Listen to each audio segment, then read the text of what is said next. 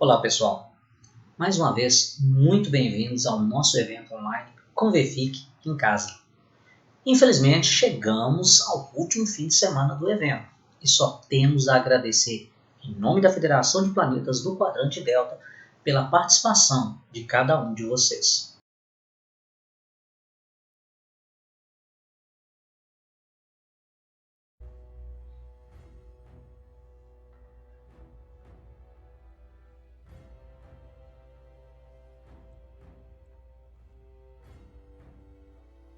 Salve, salve galerinha, aqui é o Mestre Paiacan.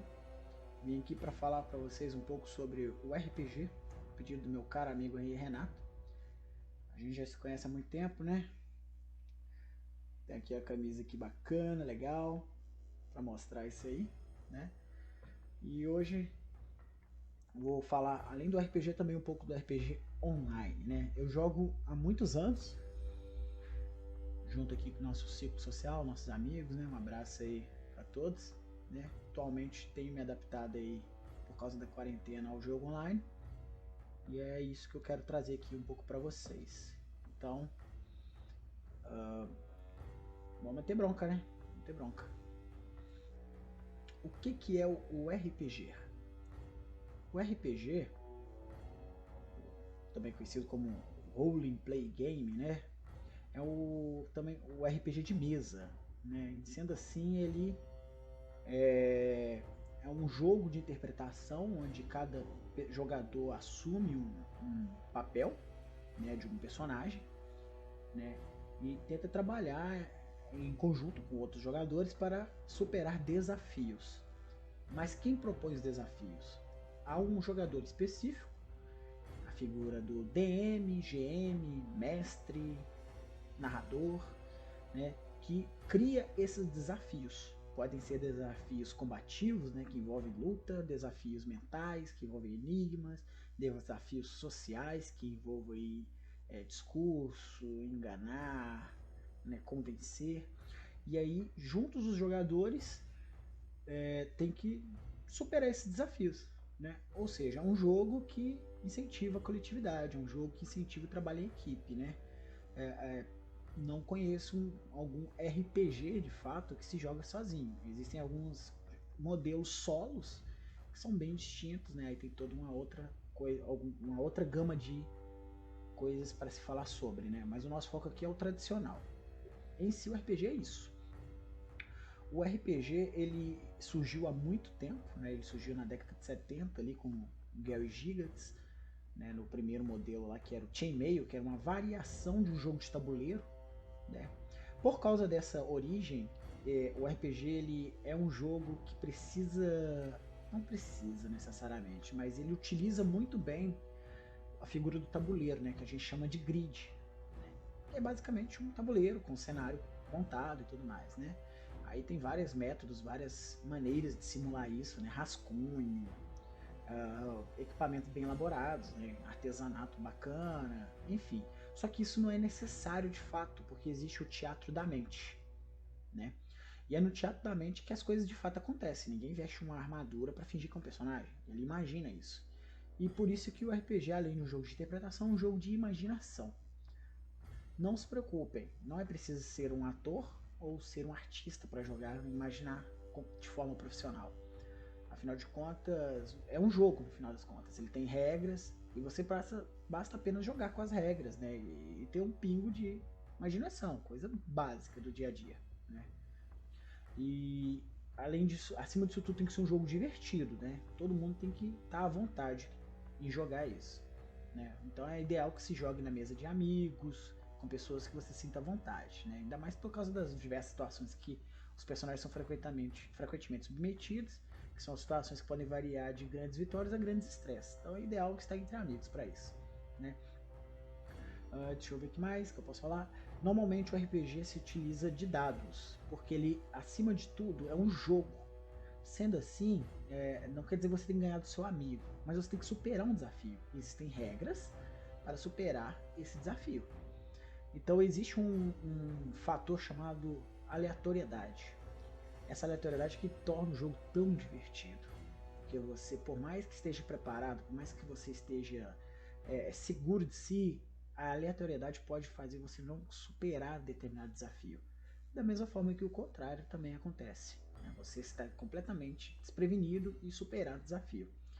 Normalmente é utilizado os dados para isso, para superar para simular essa coisa. Existem sistemas que utilizam cartas e outros métodos, né? Mas o mais comum que vocês vão encontrar por aí são dados. Aí existem diversos dados, né? Dados de 4 faces, 6 faces, que nós chamamos de D4, D6, D8, D10, D12, D100 e o famoso de todos, mais famoso de todos, o D20, que também dá nome a um sistema. Vou chegar lá, calma aí. Né? O que mais posso falar sobre ele? Nós também temos dentro do RPG a figura do cenário. Pra falar a verdade, a gente vai entrar na outra coisa aqui agora. Como jogar o RPG? Né? Jogar RPG você precisa de, obviamente, amigos, pessoas, né? Nem sempre pode ser amigo, pode ser um evento, né? Um ambiente prazeroso. Você precisa dessas pessoas, desse conjunto de pessoas, precisa de um livro de regras, né? Ah, mas eu não tenho dinheiro. Existem vários sistemas que são gratuitos, que é possível encontrar na internet, né? Existem playtests, existem amostras, e além disso tudo você ainda pode inventar um sisteminha de regras. A questão é, você tem que ter um conjunto de regras aplicáveis, que não podem ser dobradas, sabe? Não podem ser conveniente, elas têm que ser fixas e você seguir aquilo. Isso gera uma dinâmica, né? Além disso tudo, você precisa de um cenário, né? Um cenário é o lugar onde aquilo ali vai acontecer, né? Vou dar um exemplo para vocês. Um cenário medieval, entende-se, é esperado, né, que você tenha cavaleiros, né, armadura, espada, esse tipo de coisa, cavalos. Um cenário medieval fantástico, você vai ter raças diferentes, dragões, fantasia, magia. Agora um cenário futurista vai ter carros voadores, armas a laser. E o cenário ele define o tom do jogo. Então você não pode esperar uma arma a laser no cenário medieval, da mesma forma que não dá para esperar um dragão no cenário futurista. Ah, mas pode acontecer? Pode, porque é o mundo da imaginação, tudo pode acontecer. Mas ele entende-se que para aquilo acontecer existe uma explicação interna. Essas regras não são quebradas livremente. Existe uma explicação interna, tem que haver uma explicação interna, entende? Porque isso predispõe a sua mente, deixa você predisposto àquele cenário e às coisas que acontecem no cenário. Né? Seria um absurdo no mundo real pegar uma espada e sair no fight com os outros na rua, mas não no mundo medieval, entende? Então isso gera uma predisposição na nossa mente e é como se fosse um plano de fundo para a gente conseguir imaginar melhor as coisas, ok? Então nós temos aí pessoas, temos os dados, temos o cenário, ok? E vamos falar das regras. As regras é um livro bacana que traz para nós vários conteúdos ali. Aí vai ter tabelas, vai ter parâmetros para determinar o que seu personagem pode fazer, não pode fazer, o que pode acontecer, o que não pode acontecer. Né? Alguns são mais livres, outros são mais fechadinhos, né? Então nós temos aí os mais famosos, né? GURPS, Vampira Máscara, Dungeons & Dragons, o famoso D&D. Deixa eu pensar aqui. Fate, Pathfinder, temos aí também o brasileiro Tormenta, que foi sucesso de financiamento recentemente. Então isso são sistemas, são livros que trazem sistemas que definem parâmetros ali do que um personagem pode ou não fazer, né? Ou os conflitos que vai enfrentar. Maioria das vezes um livro também traz o cenário junto. O conjunto de regras é feita para aquele cenário, entende? Então, muitas vezes, um cenário não vai se adequar a um determinado conjunto de regras, porque foi pensado as duas coisas juntas. Mas às vezes também acontece de ser uma regra genérica. É menos vezes, mas acontece também. Né? Então, temos aí pessoas, temos dados, temos um cenário, ok? Mas, na pandemia, junta um quarto elemento, que é o meio online. Vou entrar nele agora. Deixa eu ver aqui se eu esqueci alguma coisa. As fichas é uma parte importante que está dentro do sistema. Todo sistema vai dar os parâmetros para você criar um personagem. E você vai pegar uma ficha, um papel, anotar tudo isso, ou até mesmo uma planilha, né? Também conhecido, as fichas às vezes também são chamadas de planilhas, né? Então, com base nisso, você vai ter uma folha contendo todas as suas estatísticas. Aí vai variar conforme o sistema, né? Em resumo, como eu falei, é aquilo que define até onde você pode ir, o que você pode fazer, quais testes você tem que fazer. Aí agora vamos para o meio online, né? Para jogar online, a gente utiliza, né, alguns sites que também são conhecidos como Virtual Tabletop ou VTT, né, que simulam aquele grid. Lembra lá no início que eu falei do grid, do tabuleiro? Eles simulam isso e através deles você consegue visualizar o jogo. Né? Eles também trazem recursos para visualizar imagens, visualizar tokens, que cada personagem vai ser representado com token. Né? Então a gente tem esses sites que auxiliam nisso. Né? O mais famoso de todos é o Roll20. Vou mostrar para vocês daqui a pouco sobre ele, que eu vou trazer ele porque é o mais famoso. E não dá para abordar todos e também é o que eu utilizo. Né? Além dele, nós também temos aí o Astral e temos o programa Fantasy Grounds, que é a mesma coisa, e também o Foundry, VTT. Então são programas que simulam essa mesa, né? Só que virtualmente, né? E aí dá para todos os jogadores se conectarem e visualizarem, mexerem em fichas, essas coisas. Rolarem dados. Sim. Eles trazem dados, sim. Trazem também as fichas. E muitos deles já oferecem os próprios livros lá dentro para você comprar e já está tudo vinculado e automatizado. Essa é uma das vantagens de jogar online, né? Trazer automatização para várias coisas, né? Além disso, nós também temos uma forma de comunicação. Vários desses sites trazem a comunicação, mas a galera prefere mais utilizar outros meios por causa da qualidade, né? Que transmite várias coisas, aí transmitir o áudio pode pesar um pouco também. Né? Aí por causa da qualidade a gente utiliza normalmente Skype, Google Meet. Agora com a quarentena o Google Meet está liberado, né? Mais de 1 hora, né? E um número absurdo de pessoas. E o mais famoso de todos, entre os gamers e os RPGistas, é o Discord, que permite você fazer os canais de voz também. Eu vou mostrar para nós o Discord. Vou dar o exemplo do Discord. Então, para jogar online, você vai precisar das mesmas coisas de jogar o presencial, só que um meio que conectá-los, que é o site, né? E o canal de voz. Agora eu vou mostrar para vocês as funcionalidades do Roll20 e um pouco do Discord também, tá galera? Me acompanha aqui. Eu vou mostrar para vocês inicialmente a tela de um jogador. Assim, deixa eu diminuir meu rostinho.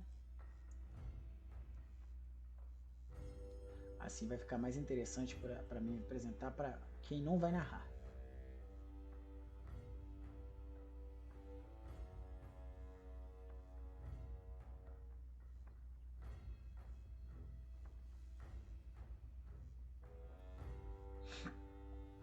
Vocês estão acompanhando aí a tela do Roll20. Essa tela aqui é a do jogador, né? Nós temos aqui no site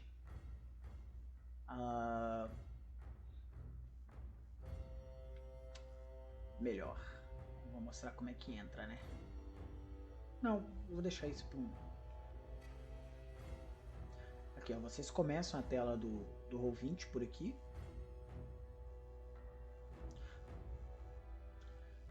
Vocês entram na tela inicial do Roll20, já vai aparecer todas as mesas que vocês estão incluídos. Se não tiver incluído nenhuma mesa, vai ter nada aqui. Né? Vai ter aqui uma opção perguntando se você quer criar um jogo, né? Vamos entrar na mesa. Informações acerca de criação de conta e até mais detalhes a gente deixa para um vídeo posterior se vocês quiserem, tá bom? Agora eu vou falar mais de forma sucinta sobre o site. Além do mais, na internet existe muito conteúdo já sobre isso, tá galera? Mas para conhecimento de vocês mesmo. Né? Então, entrei aqui na mesa, eu já tenho aqui a minha barra de zoom para me visualizar o mapa melhor. Tenho aqui algumas funções, né, como seleção, desenho à mão livre, com formas, zoom aqui também, a mesma coisa que aqui. Né? Uma régua para me calcular distâncias e os dados. Os dados que vão sair aqui no chat. Aqui eu tenho o chat, onde eu posso conversar, jogar os testes e por aí vai. Aqui eu tenho o diário, onde aparecem as opções de texto, né, informações e a ficha. Essa é a ficha do personagem que eu fiz aqui pra gente ver como é que é. Né? Vamos habilitar aqui o dado 3D para ficar legal. A apresentação aqui, ó. Esse aqui é o Crodrax, ele é um Draconato druida, né? Então nós temos aqui a ficha do Crodrax. Esse sistema aqui que a gente está utilizando é o D&D 5ª edição, viu galera? E aí o Crodrax vai fazer uma rolagem aqui para nós aqui de, sei lá, persuasão. Vocês viram que aparece aqui na tela aqui os dados, ok? Esse aqui é o diário, esse aqui é um compêndio, né? Que quando tem material gratuito ou que o mestre comprou vai aparecer aqui para consulta. Músicas, esse aqui é menor, e as configurações, ok? Vai aparecer aqui no chat. Essa ferramenta do zoom aqui, a gente vai ver o mapa. Tá vendo que tá tudo escuro? Mas lá naquela parte que dá pra ver é porque o DM liberou, né? Quando a gente começar a jogar, eu vou pegar a minha fichinha e arrastar ela pra cá. Ó. No caso não tem desenho aqui porque eu não coloquei, né? Mas ele tá aqui. Pode ser que eu tenha só essa visualização, então o DM, né, o mestre, não liberou mais, ok? Daqui a pouco a gente vai voltar aqui para mostrar como que a imagem modificou. Agora eu vou mostrar para vocês a parte do mestre.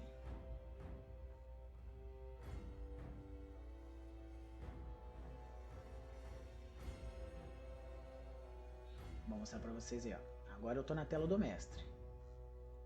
Vocês podem ver que eu tenho bem mais opções. A rolagem dele apareceu aqui para mim, né? O chat aqui também apareceu, né? Esses são os jogadores que estão presentes, né? No caso o DM, um jogador meu que nunca desloga, sempre deixa logado, e a ficha que eu estava utilizando, a conta que eu estava utilizando anteriormente para mostrar para vocês, ok? Aquele quadrado lá que ele estava visualizando é esse aqui, ó, tá vendo? Que eu revelei. Existe uma ferramenta aqui que eu revelo, ó. Era isso que eu queria mostrar para vocês. Ok, se eu voltar lá agora, lá, ó, eu posso mostrar para vocês por aqui, ó. Eu posso reentrar como jogador. Eu vou estar vendo a mesma coisa que ele.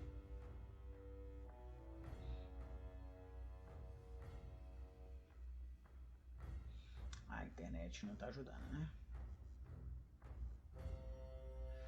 Eu tenho aqui as ferramentas do mestre, acrescentam a ferramenta de visualização do mapa, a ferramenta aqui de iniciativa também.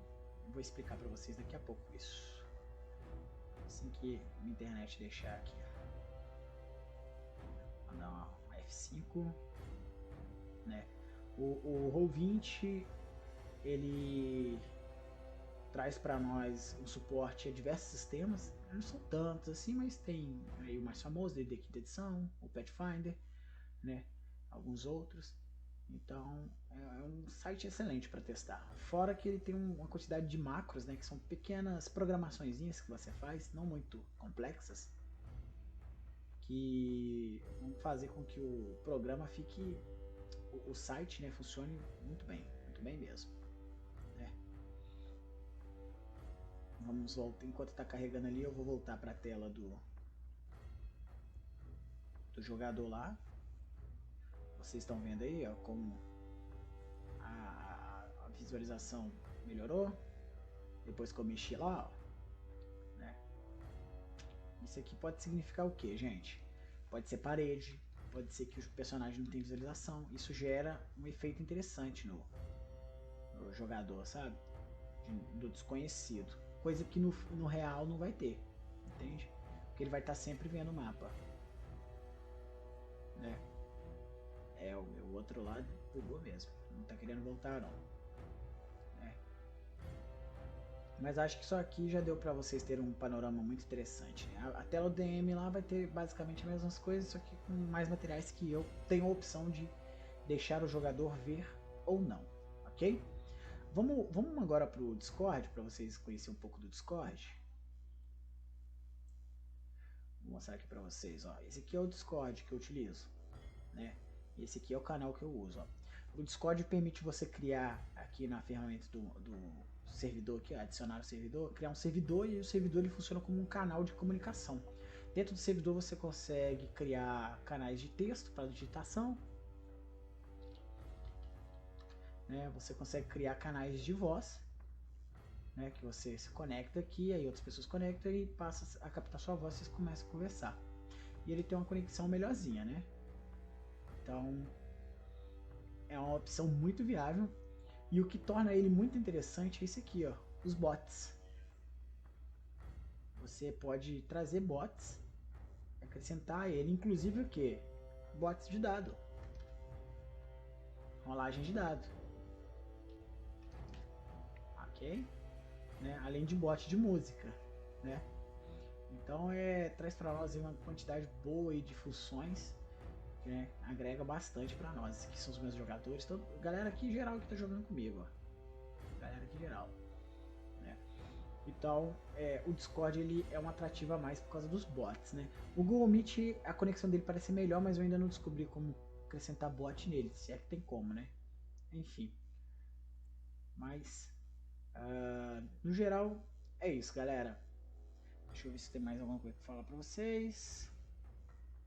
Não, no geral é isso mesmo. Deixa eu voltar meu rostinho aqui. Ok.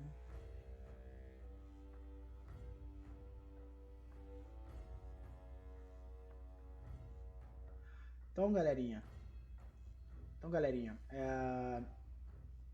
Muito obrigado por ter assistido esse vídeo aí. Agradeço aí o Renato aí por ter me dado essa oportunidade.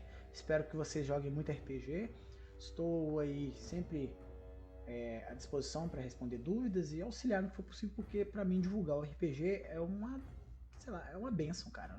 Eu quero mais pessoas jogando, quero que o nosso público cresça bastante, que mais pessoas descubram como é maravilhoso jogar RPG. Você desenvolve muito em vários aspectos, cara, social, imaginação, né? Ainda mais quando você mestra. Eu recomendo muito que as pessoas que joguem depois de um tempo mestrem, que você melhora demais ainda, cara. Você começa a pensar em geografia, história, o que pode melhorar ou não, enfim. É uma experiência de vida e não é à toa que eu jogo há muitos anos. Eu devo ter jogado. Eu jogo RPG desde os 14, né, cara? Então eu já tô jogando há 16 anos, cara.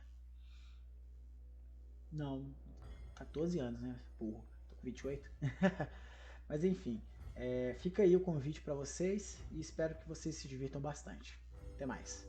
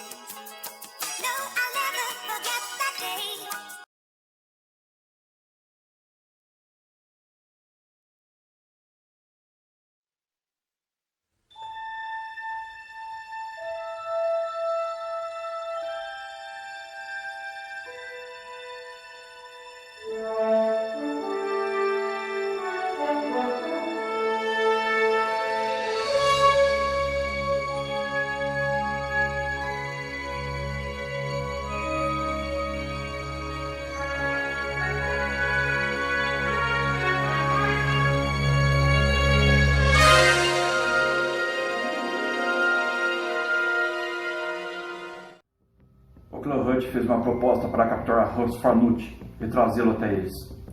Durante a caçada, descobri que ele estava escondido em South Pecan, antiga base de comunicação imperial, próximo ao Deep Core, núcleo profundo, onde há um buraco negro. No trajeto, o hiperpropulsor da minha nave sofreu uma pane, me obrigando a sair do espaço. Com isso, ficando às margens do buraco negro. Fui puxado pelo campo gravitacional. Sem ter como escapar, minha nave ficou em meio a destroços e uma força descomunal durante horas. Quando tudo cessou, me vi à deriva. O computador de bordo me mostrava um universo não mapeado. E eu estava lá, perdido no espaço. Passados vários dias à deriva, fui surpreendido por uma nave identificada como USS AEA NCC 1801, comandada pelo comandante Marcos Mina, da Frota Estelar, onde ele e sua tripulação também foram submetidos a uma anomalia no espaço-tempo, o qual os atirou ao desconhecido. Fui teletransportado a bordo e me pediram para me identificar. Sou Marek Dral, do clã Vodean, e sou um Mandaloriano. Venho de uma outra galáxia. Anos se passaram junto à tripulação e fui nomeado imediato. Por onde passávamos, a tripulação aumentava, assim como mencionado pelo capitão Marcos Mina no vídeo anterior. E se você ainda não viu o último vídeo da Convefique em casa da semana passada, corre lá e assiste. Deixa seu like, se inscreve no canal e clica no sininho para receber as notificações. E aí, Peter Quill, beleza? O Omar é gente boa, hein? Ele também entrou para a tripulação. Mas vamos lá. E como o nosso capitão sempre diz, o lema da nossa tripulação é: ao infinito e além! Não é isso, pessoal? Ei, Buzz, foi isso que você me disse. Fala aí, pessoal. Como é, então? Ah, agora sim. Buzz, depois teremos uma conversa a respeito disso. O espaço, a fronteira final.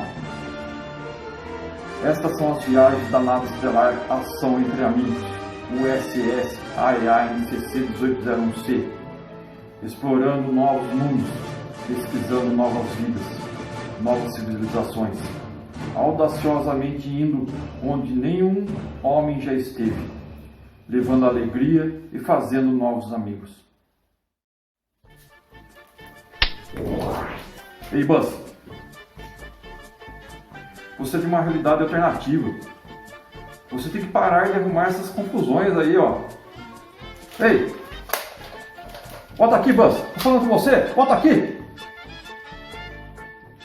Bom, pessoal, nós somos do Ação Entre Amigos, né? Esperamos que vocês tenham gostado desse vídeo, né? E segue aí. Olá, senhores. Aqui quem fala é o almirante da Frota Imperial, Anderson. Nós tivemos alguns problemas aí com uma invasão, né?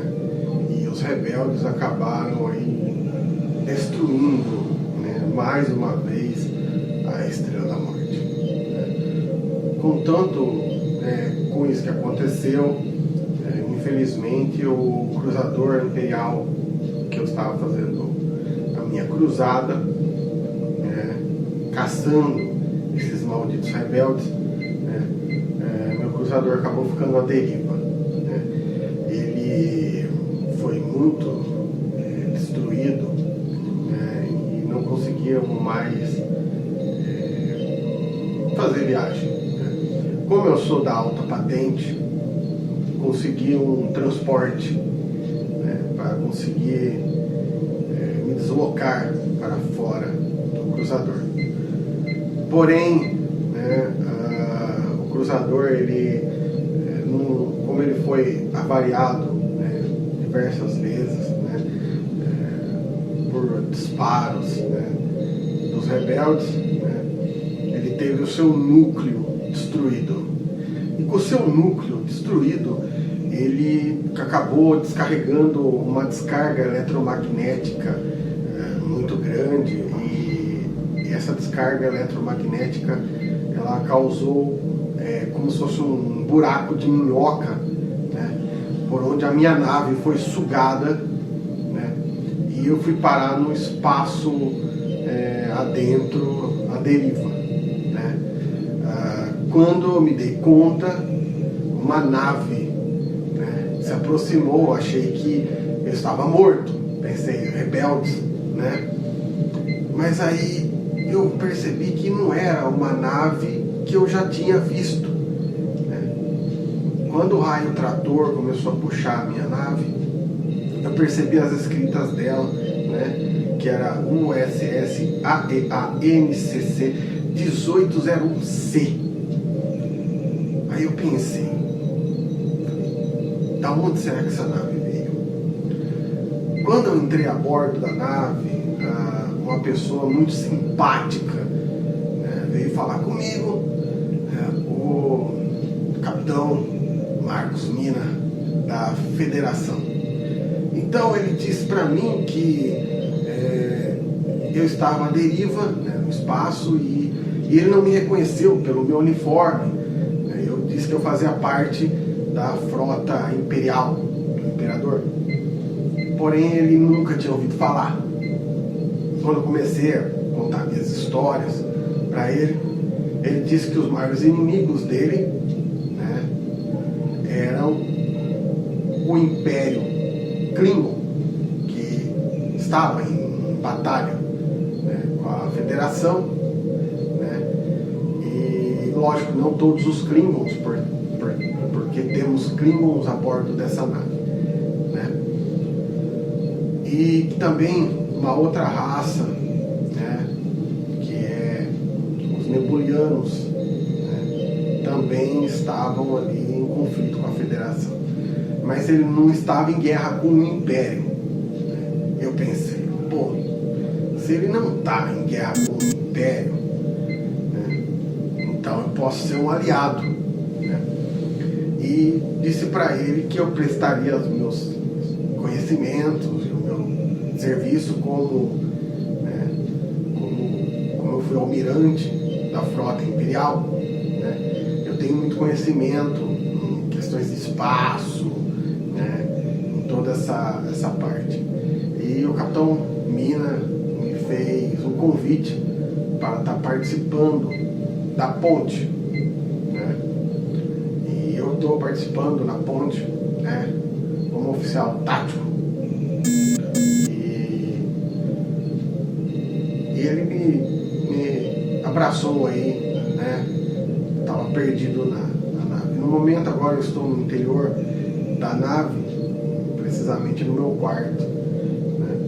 Eu consegui permissão, né, do nobre capitão Mina, né, para estar colocando em meu quarto essa bandeira branca aqui, né, com esse fundo do Império, para eu estar relembrando aí as minhas origens, né.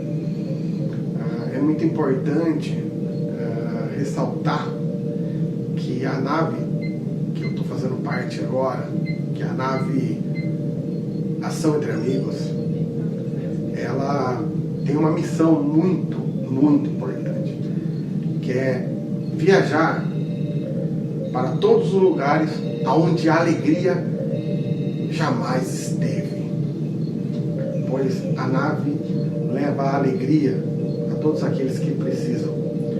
Ela leva a felicidade, ela leva o sorriso, a graça, a animação a todos aqueles que precisam, né? Contei também, né, para ele, né, para o capitão Mina, que o meu pescoço ficou praticamente a prêmio, né, pelo caso que tivemos vários entrepostos, né, de problemas, né, e o almirante Piet, muito amigo meu, né, morreu morrendo em batalha, né? E eu fui chamado às pressas para substituí-lo, né? Mas também acabei, né, falhando a missão, e se eu não tivesse ficado na deriva, acho que eu teria sido enforcado, né, pelo Lord Vader. Apesar que o Lord Vader, eu acredito que ele não tenha sobrevivido à explosão da Estrela da Morte, né? É muito triste, né, ter perdido ele, que eu era um grande fã do Lord Vader. Inclusive eu tenho um boneco dele, vou pegar para vocês aqui no meu quarto, que eu trouxe um bonequinho aqui, ó, do Lord Vader. Bom, eu tive um momento aí de emoção, né, falar do Lord Vader, então eu acabei dando um comando aí para a nave parar a gravação desse vídeo. Agora deu o comando para a nave continuar. Bom, o que eu vou dizer sobre a nave que estamos aí, né, que estamos viajando. O Capitão Mina é um grande capitão, né? Eu devo minha vida a ele, né? E acredito que muitos aí do espaço, né, onde estamos viajando, né, devo a sua vida a ele também, que ele vem salvando, resgatando pessoas aí perdidas no espaço, indo aonde nenhum homem jamais esteve. E dentro dessa nave é muito legal, né, porque podemos estar aí conhecendo pessoas novas, né, mandando mensagens, né, para as pessoas, e tá aí fazendo parte desse grupo maravilhoso, né. Eu gostaria de dizer a todos, né, que venham fazer parte também da nossa nave, venham fazer parte também do nosso grupo, né. A nossa nave está com o seu hangar aberto para receber todos os perdidos aí no espaço, que pretendem estar levando aí alegria, felicidade, e querem embarcar também na nossa nave. Então venha para a USS AEA-NCC 1801C, a nossa nave, o Capitão Mina. Aqui todos os espaços e todos os universos são aceitos. Ele é um capitão que aceita a entrada de pessoas que querem vir estar embarcando para estarem aí fazendo essa ação, essa alegria. Tá? Muito obrigado a todos, né? Queria dizer para vocês que estão assistindo esse vídeo, tá? Curtam, compartilhem, tá? Tanto o canal nosso, AEA Cosplayers, tá? Como o canal do pessoal, tá? da federação, cujo está sendo transmitido esse vídeo, né? Pois a federação ela é enorme, a federação ela abraça todas as naves, né? Não só a nossa nave, como várias outras naves que estão aí fazendo essa alegria, né? Fazendo essa missão de levar esperança nesse momento em que a galáxia vive o terror, né? Por isso o Império quis trazer estabilidade, mas com força e punho. Porém os rebeldes não aceitaram, sempre na balbúrdia, né? Eles não aceitaram a ordem, né? A ordem, tudo tem que ter uma ordem, né?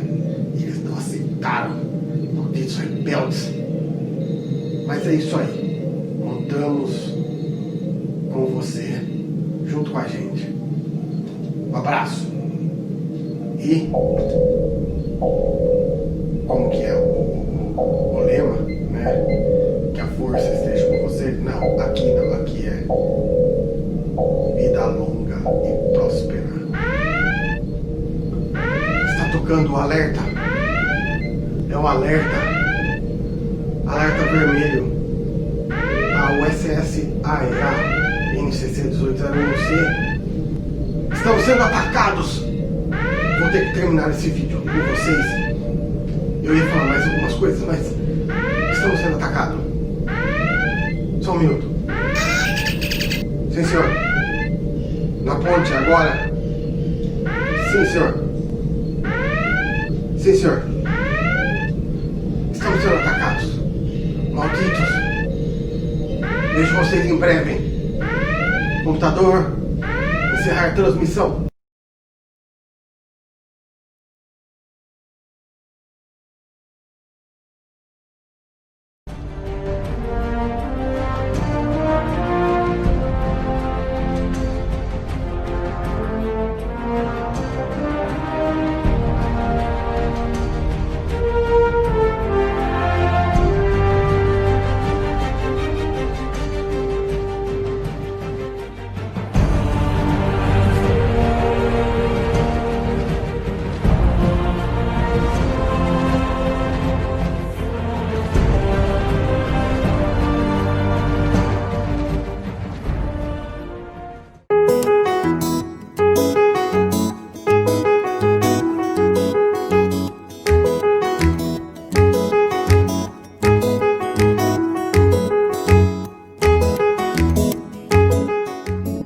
Aí pessoal, estamos em Viquinhas, Minas Gerais, fazendo pesquisa a campo.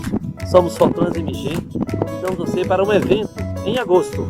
CoverFIC 2020. CoverFIC de 2020. A partir do dia 2 de agosto de 2020. Uma promoção do Fotrans MG. Esperamos você. Esperamos você. Valeu pessoal. Valeu. CoverFIC em casa.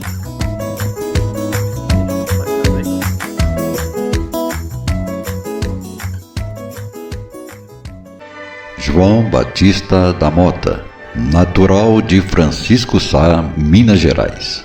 Jornalista, radialista e parapsicólogo atualmente aposentado. Desde 1995, iniciou suas atividades como pesquisador da ufologia, instrutor de mediunismo, dedicando parte da sua vida ao estudo do ocultismo e da metafísica. Contatos desde sua juventude. Palestrante em fraternidades espiritualistas e em eventos ufológicos. Coordenador do Fotrans MG e Rede Rama BH.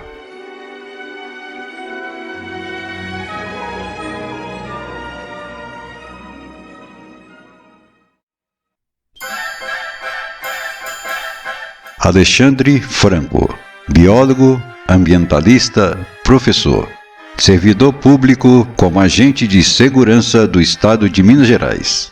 Teve início de seus contatos na sua infância. É pesquisador de casos ufológicos desde os anos 90. Palestrante dentre vários temas, noções de astronomia, ilusão de óptica na ufologia, UFO-arqueologia. Integrante da velha guarda do grupo ecocultural Pé no Chão, um dos coordenadores voluntário do Grupo Fotrans MG, Fórum Permanente para Estudo de Fenômenos Transcendentes de Minas Gerais, e integra a coordenação da Rede Rama BH em Minas Gerais.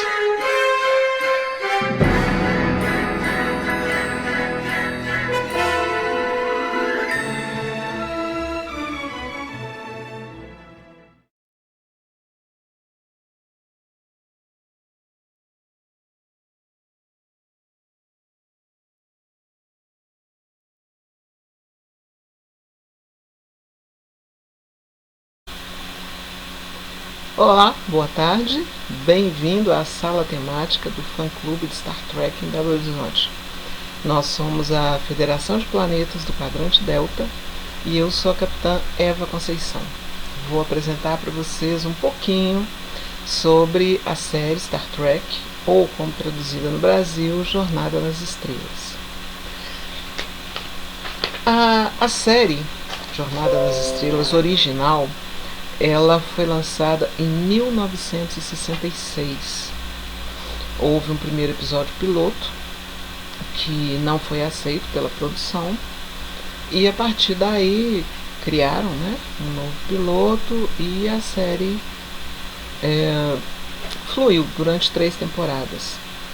O episódio piloto, o primeiro, ele não foi aceito por 2 motivos. Primeiro, na época consideraram que a trama do episódio era muito confusa, que é o episódio The Cage, a jaula, e também acharam um absurdo que uma mulher era a segunda em comando na nave. Para a época, né, era uma coisa assim inimaginável. Então o Gene Roddenberry concordou, claro, né, e criou uma nova tripulação para colocar na ponte. Porém, o Gene Roddenberry, ele sempre foi um visionário, e ele sempre pregou nas séries a ideia do respeito à diferença, do respeito à diversidade. E então o que ele fez para manter, né, essa ideia dele? Ele colocou a Tenente Uhura, que é uma mulher negra, como oficial de comunicações num posto de comando, que era o de tenente, e colocou como navegador um chinês e como chefe de segurança um russo, dentro de um período onde negros só apareciam como empregados,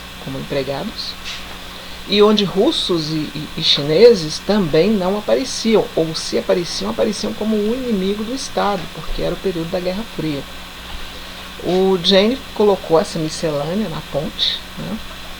Ainda colocou o Sr. Spock, que tinha as orelhas pontudas, lembrando o demônio, justamente para mostrar essa questão de que a diversidade existe e que as pessoas podem viver em um ambiente comum, se respeitando, se protegendo, né?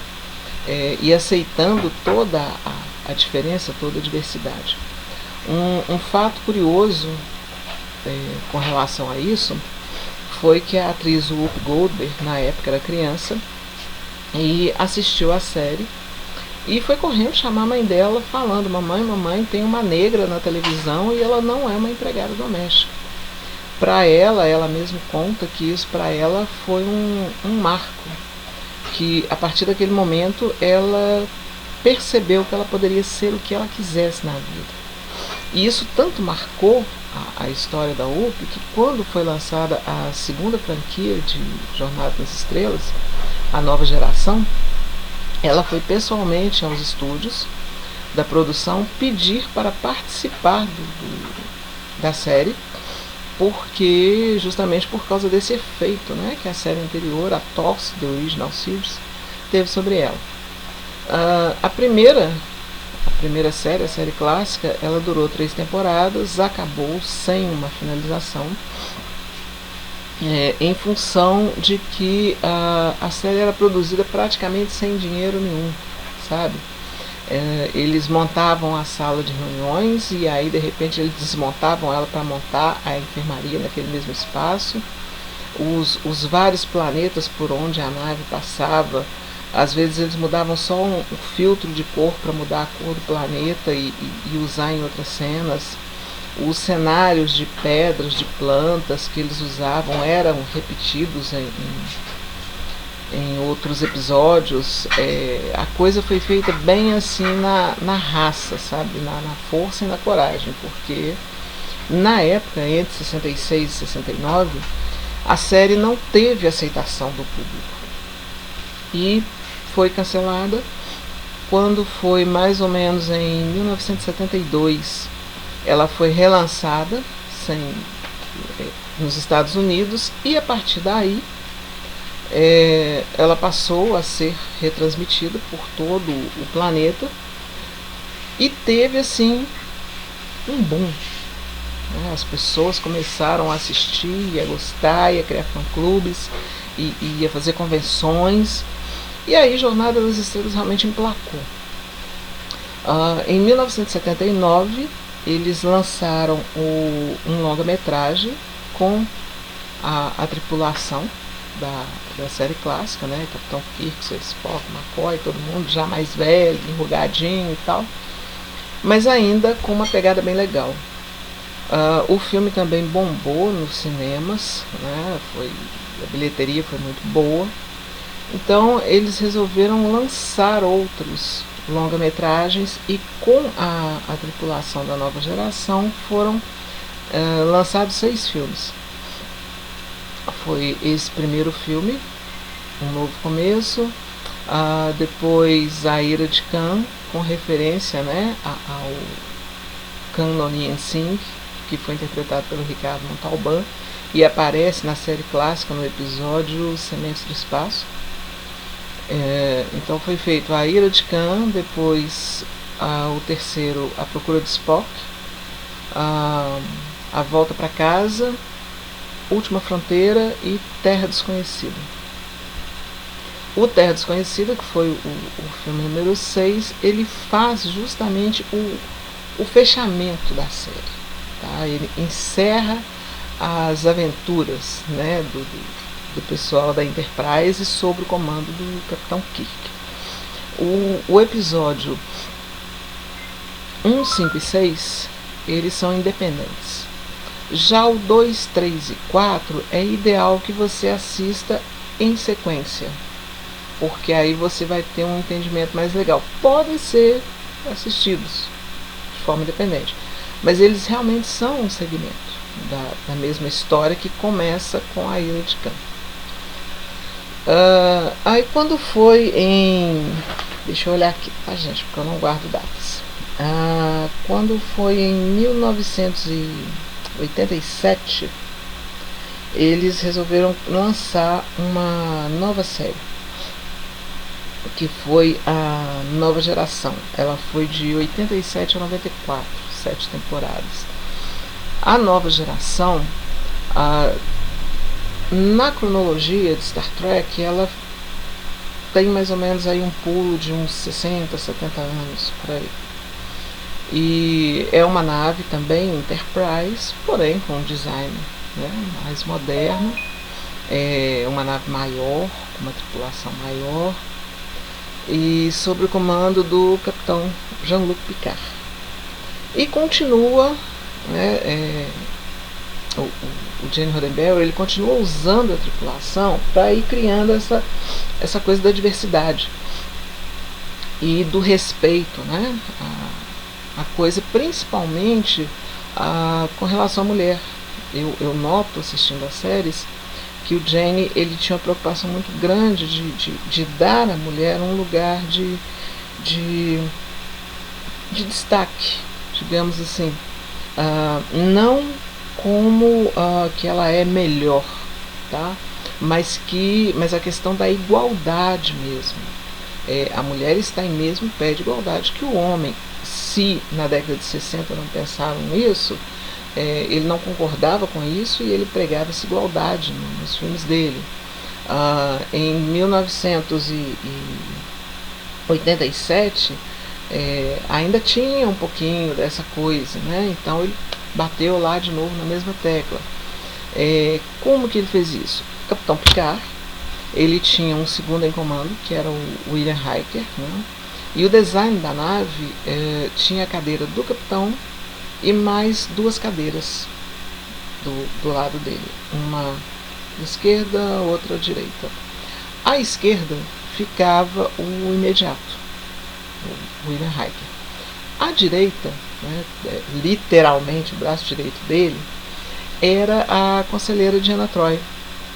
Então, na minha visão, tá, essas opiniões que eu estou emitindo aqui são muito pessoais. Na minha visão, o Riker era a razão e a Deanna era o coração. E eles equilibravam, né, com os conselhos e tal, e as orientações ao Capitão Picard nas decisões que ele tinha que tomar. Outra pessoa de destaque na série, logo nos primeiros episódios, nas primeiras temporadas, foi a Tasha Yar, que era a chefe de segurança da nave.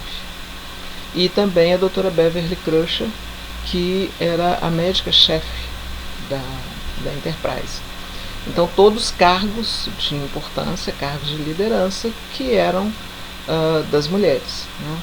A Tasha Yar, posteriormente, ela, dentro da série, ela morre e é substituída pelo Klingon, pelo Worf. E o Worf, ele, por ser Klingon, com uma nova imagem que eles criaram para os Klingons, ele tem uma estrutura física diferente, né? O Worf é muito alto, muito forte, diferente dos Klingons da série clássica, né? Que eram bem humanoides mesmo. A única diferença eram as sobrancelhas deles aqui, que era puxadinha para cima. Já o Worf não, ele tem umas cristas que saem aqui na testa. Então existe uma diferença, né? E ele se mostra em termos de aparência física, né? Bem diferente do restante do pessoal da nave. Outro personagem muito interessante que tem na nova geração é o Tenente Comandante Data, porque ele é um androide. E como androide, ele não tem sentimentos, ele não tem... ele não entende uma piada, ele não sabe contar uma piada. Então a série vai se passando e ele vai desenvolvendo a capacidade de entender os humanos, porque a gente vê que o grande sonho dele seria ser humano, mas ele sabe que não vai conseguir isso, mas ele tenta, né, ao longo da série, fazer coisas, conhecer coisas, aprender coisas que o façam cada vez mais próximo desse ideal dele de humanidade. São, como eu disse, são 7 temporadas. Uma coisa muito interessante é que o Stephen Hawking, ele era um fã assim, de carteirinha de Star Trek. E ele comentou isso com o Jonathan Frakes, né, o William Riker, no evento que os dois participaram. Na época ele pediu se era possível que ele fosse colocado na cadeira do comandante da nave e tal. E o pessoal resolveu criar um episódio em que o Stephen Hawking aparecesse e ele interpretasse a si mesmo. Na verdade, ele é o único personagem, né, a única pessoa que interpretou a si mesmo nas séries de Star Trek. Nesse episódio, o Data joga pôquer com Stephen Hawking, Galileu e Einstein, que na história, né, no contexto, seriam hologramas do passado, né, gênios do passado, hologramas jogando com Data. Só que o Stephen Hawking era realmente ele mesmo, tá? Isso é uma curiosidade bem bacana, né? A gente vê que os fãs de Star Trek, você encontra eles em todos os lugares, em todos os níveis. Bom, no finalzinho da nova geração, ela termina em 94, em 1993 é criada uma nova série, a Deep Space Nine. A Deep Space Nine se passa numa estação espacial no sistema bajoriano, tá? É comandada pelo Capitão Sisko. E o Capitão Sisko, interessante, né, no fato dele, é que ele é um capitão negro. E isso ainda não tinha acontecido na série, ainda não havia um protagonista mesmo, né, primeiro papel para uma pessoa negra. Os outros sempre tinham sido branquinhos, loirinhos e tal. E aí veio o Capitão Sisko. Ele comanda não só a estação, como nave de batalha em alguns episódios. Ele tem como imediato dele a Tenente Kira, que é uma bajoriana. Ele tem como maior conselheiro dele a Dax. Na verdade, o Dax é um simbionte. Ele muda de corpo, né, quando o corpo do hospedeiro envelhece ou morre por algum motivo. o simbionte é trocado de corpo. Então, o Dax, ele já passou por corpos de várias mulheres, de vários homens durante toda a história dele. Antes da Jadzia Dax, ele estava no corpo de um homem, o Courson Dax, que era muito amigo do Capitão Cisco. O Courson morre, o simbionte vai para o corpo da Jadzia, e ela permanece sendo a melhor amiga do Capitão Cisco. Durante o correr da história, lá vai spoiler, né? A Jadzia Dax morre e esse simbionte é passado para o corpo da Ezri Dax. E a primeira coisa que a Ezri faz, né, é ir atrás do Capitão Cisco, porque eles são os melhores amigos, e aí ela também se torna a melhor amiga dele.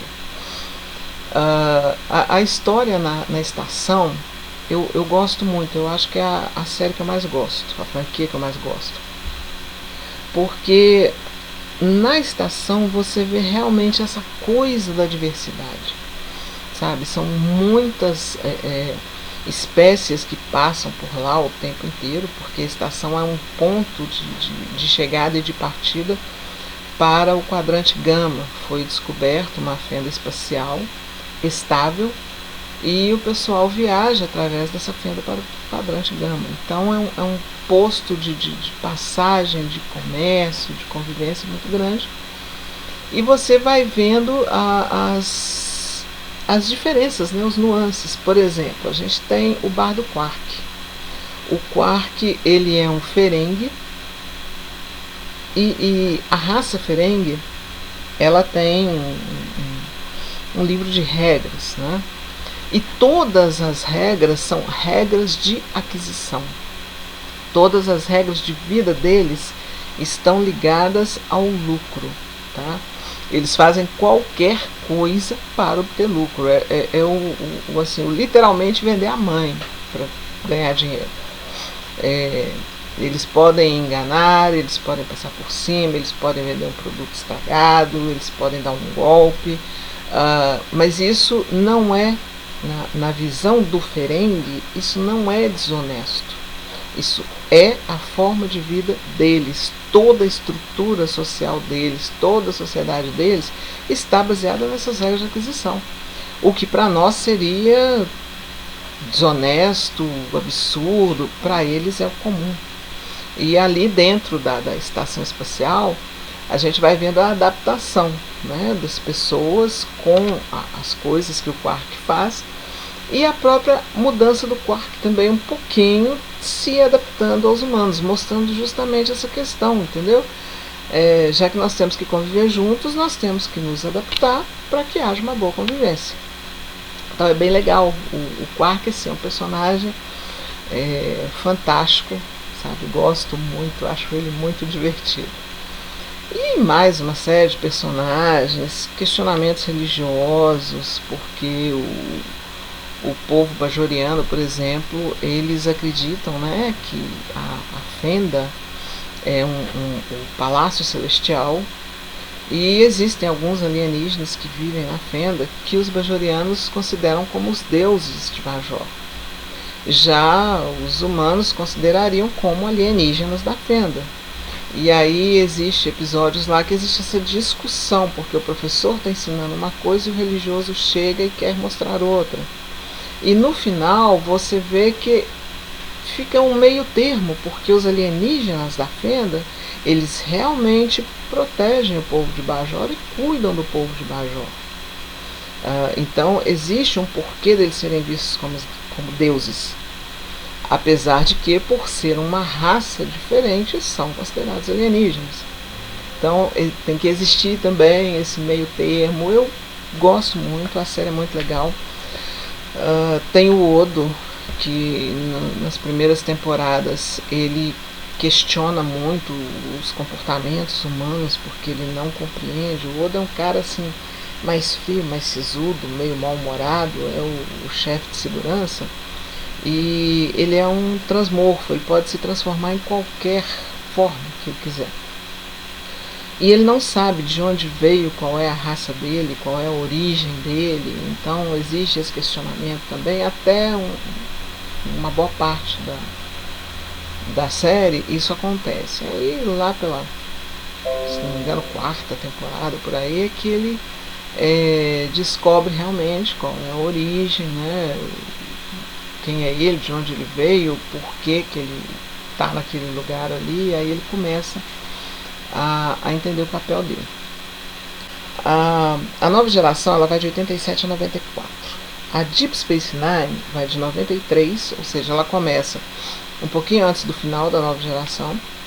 Inclusive existem alguns episódios, né, em que a Enterprise fica lá na Deep Space Nine e aporta lá para algumas situações. Existe a transferência de tripulantes da Enterprise para a Deep Space Nine, tá? O Worf sai da Enterprise, vai para a Deep Space Nine. O chefe O'Brien, ele sai da Enterprise e vai para a Deep Space Nine. A Keiko O'Brien, que é a esposa dele, vai junto. Então, durante uma temporada, as duas séries elas se encontram, tá? E acontecem episódios em comum. A Deep Space Nine termina em 99. Só que em 95 eles lançam a Voyager. A Voyager ela parte para uma missão. A nave Voyager já é uma nave mais moderna, porém com uma tripulação até um pouco menor que a Enterprise. Ela parte em uma missão saindo da estação Deep Space Nine e, por uma série de circunstâncias, ela se perde no quadrante no quadrante Delta. E lá no quadrante Delta, para eles teriam a chance de voltar no primeiro episódio.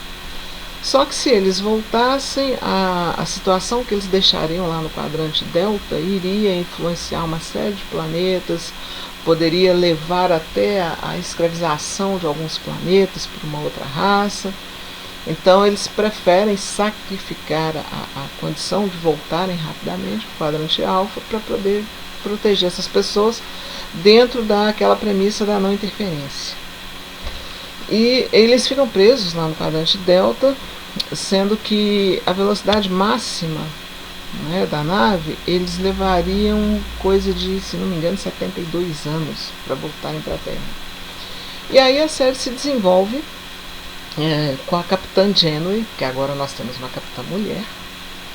A Capitã Janeway ela vai fazendo contato com os diversos povos que ela vai encontrando por lá, raças muito diferentes, costumes muito mais diferentes do que o que a gente já vinha, né, vendo nas séries anteriores. E ela vai fazendo contato com esse pessoal, vai adquirindo tecnologia e tentando encontrar maneiras para voltar para a Terra mais rapidamente, né?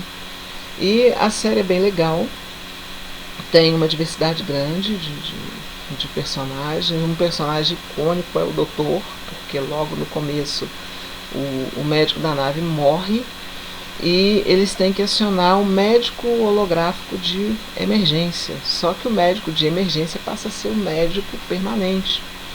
E ele começa a demonstrar a vontade de aprender, de crescer. E durante a série ele realmente assim, ele se torna praticamente humano dentro, é claro, da questão da holografia. Ele é um holograma, continua sendo um holograma, isso não vai mudar, não existe como. Mas ele vai adquirindo uma personalidade humana, ele vai adquirindo sentimentos, ele canta, ele interpreta, ele gosta de fotografia. É muito legal. O Doutor, ele não tem nome, tá, gente? É o Doutor durante a série inteira. O Doutor, assim, personagem fantástico, tá? Acho que se vocês ainda não assistiram, assistam que vocês vão amar. Outro personagem bem interessante é a 7 de 9. A princípio ela é Borg, e aí o pessoal da nave percebe que ela é Borg, mas humana. Aí, através de pesquisas, descobrem que a família dela foi parar no quadrante delta, pesquisando justamente os Borgs, e ela acabou sendo assimilada quando criança. Então ela não tem lembrança nenhuma dela como ser humano. Eles levam ela, praticamente assim, sequestram, né, a 7 de 9, e ela vai junto com eles na nave e vai desenvolvendo também a questão de voltar a ser humana, porque ela é praticamente uma máquina, pensa como uma máquina, né? Não existe a questão do sentimento, da empatia, do amor, da bondade, nada disso existe. Existe o que é lógico, o que é prático, o certo, o errado, o preto, o branco, muito definido. Então, durante a série, ela vai adquirindo essa questão também, sabe? Ela e o doutor, eles vão meio que no paralelo ali. Eles vão adquirindo essa capacidade de se tornarem mais humanos.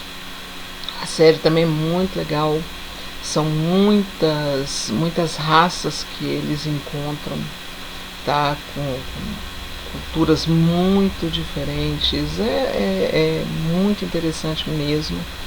E na Voyager a gente tem assim tudo muito, a gente tem todos os grupos representados e assim bem misturado mesmo. Por exemplo, a Capitã Janeway, né, é a capitã, aí o imediato dela é um descendente dos índios americanos, né?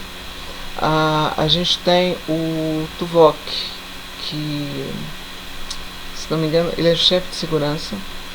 Aí o Tuvok é vulcano. Nós temos o Alferes Kim, que é o oficial de comunicação. E ele deve ser chinês ou japonês, não sei bem, oriental. Nós temos a B'Elanna, que é chefe de engenharia e ela é Klingon. Nós temos um assistente dela na engenharia também, que é um vulcano. Nós temos o Nilix, que entra logo no primeiro episódio, ele é do quadrante delta. Ele me fugiu agora a raça dele, gente, mas assim, a forma, né, o rosto e tal, é um humanoide, mas bem diferenciado, com cultura diferente. Ele se torna o cozinheiro e o oficial do moral da nave, tá? Então ele cria como se fosse aqueles programinhas matinais que a gente tem, né, que a gente assiste. Ele cria um programa matinal na Voyager para falar das coisas que estão acontecendo, as fofocas, as novidades. Ele vai para o holodeck e cria não é um spa, um clube, sabe, para o pessoal ir se divertir. Então o Nilix, assim, é um personagem muito legal também, que vocês vão gostar muito. A Voyager, ela termina em 2001. São também 7 temporadas. E aí, no finalzinho, a Voyager terminando, em 2001 ainda, eles lançam a Enterprise. A Enterprise, eu acho ela interessante pelo seguinte: ela é a série que mostra a primeira nave a sair do planeta Terra para o espaço, tá? Ela também se chama Enterprise, está sob o comando do Capitão Archer. Tem como segundo em comando a T'Pol, que é uma vulcana, e o único outro alienígena que existe na nave é o Dr. Phlox, porque nesse momento a Terra ainda não tem todo aquele contato com os outros alienígenas, com os outros povos. Ainda não existe a Federação de Planetas e o maior contato que os humanos têm são com os vulcanos. Então na nave só tem o Phlox e a T'Pol, que não é da raça humana, né? E a série vai contando, são 4 temporadas, ela conta esse comecinho de fazer os contatos, de conhecer, de chegar achando que está tudo bem, levar tiro, e ir aprendendo como que é que se faz os primeiros contatos. e definindo a questão de não interferir ou de interferir, até onde, como. É bem interessante que amarra umas pontas também soltas que ficaram nas outras séries, por exemplo, a questão dos Klingons, que na TOS eles são humanos, né, como eu falei, apenas com as sobrancelhas puxadas, e já a partir da nova geração eles já são maiores, mais fortes, com as marcas lá na testa e tal. Então na Enterprise ele mostra o que é isso, por que aconteceu, por que houve essa mudança, por que foi causado. Mostra um pouquinho também do criador do Data, começa a contar essa história de onde começou a ideia de se criar um androide, dá uma pinceladazinha na questão do Khan, que eu comentei com vocês, da ira de Khan no longa-metragem de Sementes do Espaço na série, dá uma pincelada sobre os seres humanos que foram melhorados geneticamente, né, da qual o Khan fazia parte, então mostra a origem também um pouquinho dessa coisa. Então é legal porque fecha esses pontozinhos aí que ficaram meio pendentes, tá? Além dessas séries, nós temos também a Discovery, né, que foi lançada agora, 3 anos atrás. Temos a Picard, que foi lançada ano passado. Agora, sobre essas aí, quem falou com vocês foi o comandante Renato Sanders no episódio, numa etapa nossa passada. Se você não viu, volta lá atrás que você vai encontrar a palestra dele falando sobre isso, tá? Que são essas séries mais novas. Ainda com relação a essas séries mais antigas, né? Eu comentei que foram 6 filmes, 6 longas-metragens. E depois nós tivemos mais 4 longas-metragens com o pessoal da nova geração, o Capitão Picard. Então, o primeiro, que é o The Next Generation, ele faz uma ponte entre o Capitão Kirk e o Picard. É um episódio bem legal, tá? Se fosse vocês assistirem. O episódio não, um filme. Quero que eu misture as coisas. Filme bem legal, e ela faz essa ponte entre os dois, tá? Depois são mais 3 episódios, são 4, mais 3 filmes, são 4 filmes no final. O último, o 10, é o Nemesis, aí ele já faz o fechamento também da nova geração, e de certa maneira um fechamento geral, tá? Porque aparece a Capitã Janeway lá, então assim, mostra mais ou menos que está finalizando aquele período, né, da história de Star Trek. E agora, né, uns anos atrás, foram lançados 3 longas-metragens com o que a gente chama de universo Kelvin. O primeiro longa-metragem, lá vai um spoilerzinho, começa com o Spock, já bem velho, o Leonard Nimoy, voltando no tempo.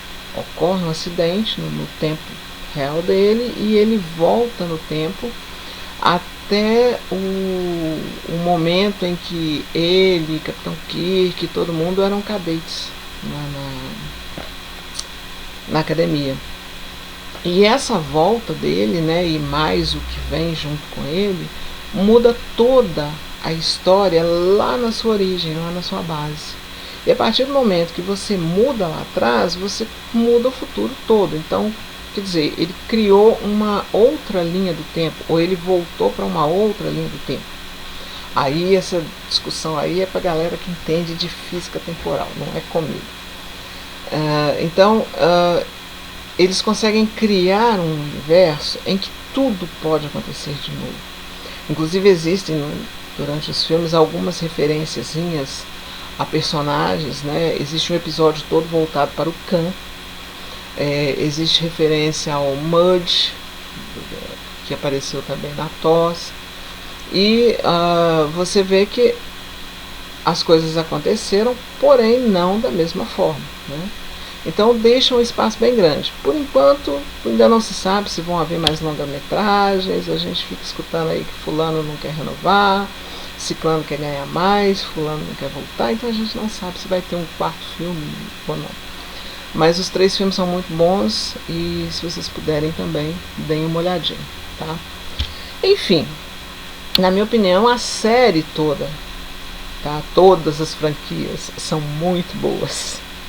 Afinal de contas, eu sou fã de carteirinha, né?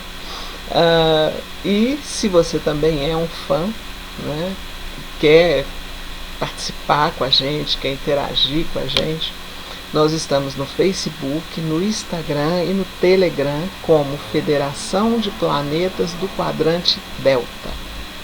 Você digitou isso aí, você encontra a gente, tá? Nós temos o grupo do Face, Telegram e Instagram. Nós nos reunimos normalmente no segundo sábado do mês. A gente faz um encontro. Aqui em BH, normalmente, a gente se reúne no Centro de Referência da Juventude. Quer dizer, esse ano não, né, gente?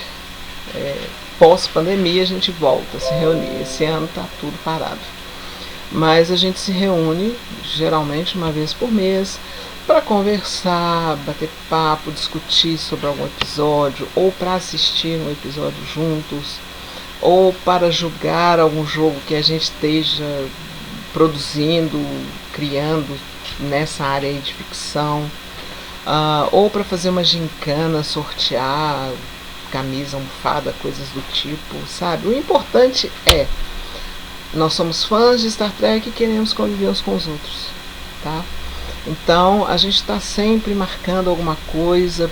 Para esse ano a gente tinha uns projetos aí que ficou para o ano que vem, de repente a gente juntar uma galera, todo mundo uniformizado, viajar, fazer umas fotos bem legais nos cenários diferentões, tipo cenários mesmo dos filmes. Então, se você gostar, quiser participar com a gente, entra lá nos grupos, tá? Se apresenta e a gente vai conversar, a gente vai se conhecer, a gente vai interagir, tá bom? Agradeço a atenção de vocês, tá? Se cuidem. Por enquanto, dentro do possível, continuem em casa, ok? Vida longa e próspera.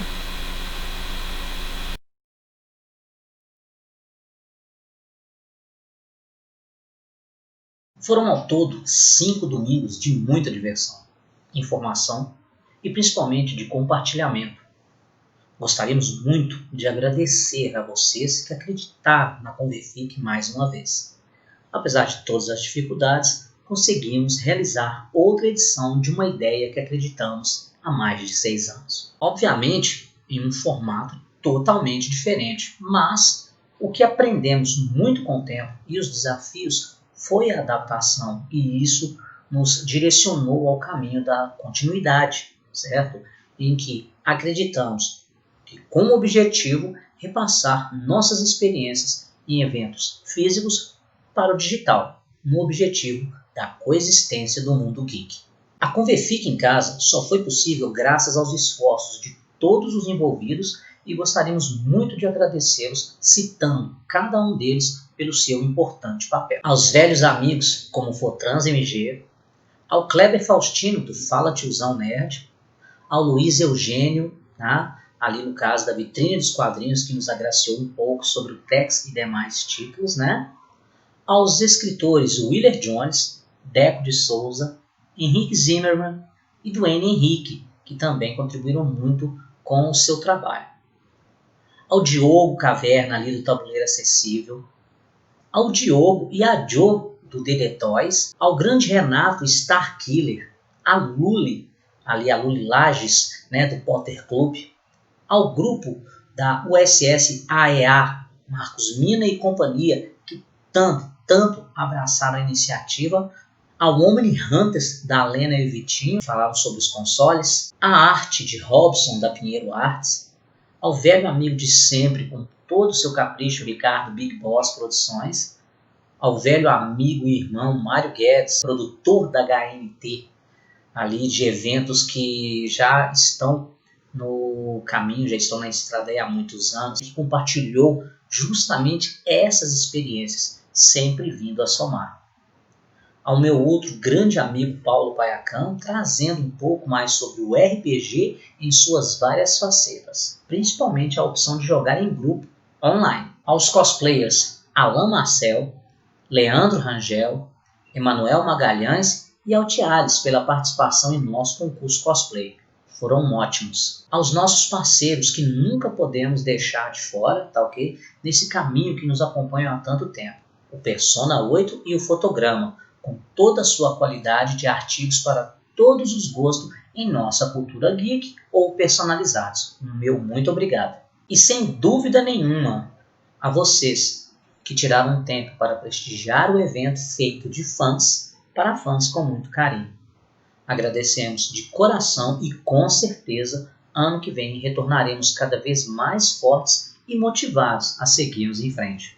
Nossas viagens de exploração para outras galáxias, dimensões e mundos são uma constante em nossa nave USS Innovation da Federação de Planetas do Quadrante Delta, indo junto com vocês a outras descobertas do vasto entretenimento contínuo, na coexistência do que agregar de forma positiva às nossas vidas. Ficamos por aqui, terminando essa jornada e já se preparando para outra. Continuem se cuidando, pois ainda temos muito o que melhorar. Um grande abraço a todos vocês, tá? A Federação fica imensamente agradecida por seguirem nossas transmissões. Não se esqueçam que é apenas o começo de mais uma jornada. Logo retornaremos com muito mais. Vida longa, próspera e com segurança. Sim, capitão. Sim, estou terminando. Ah, não, com certeza foi muito proveitoso o tempo no holodeck, registrando ali como eram os encontros culturais daquela época. O século 20 e 21 ainda tem grandes maravilhas para nos surpreender. Realmente, o Capitão Riker tinha razão.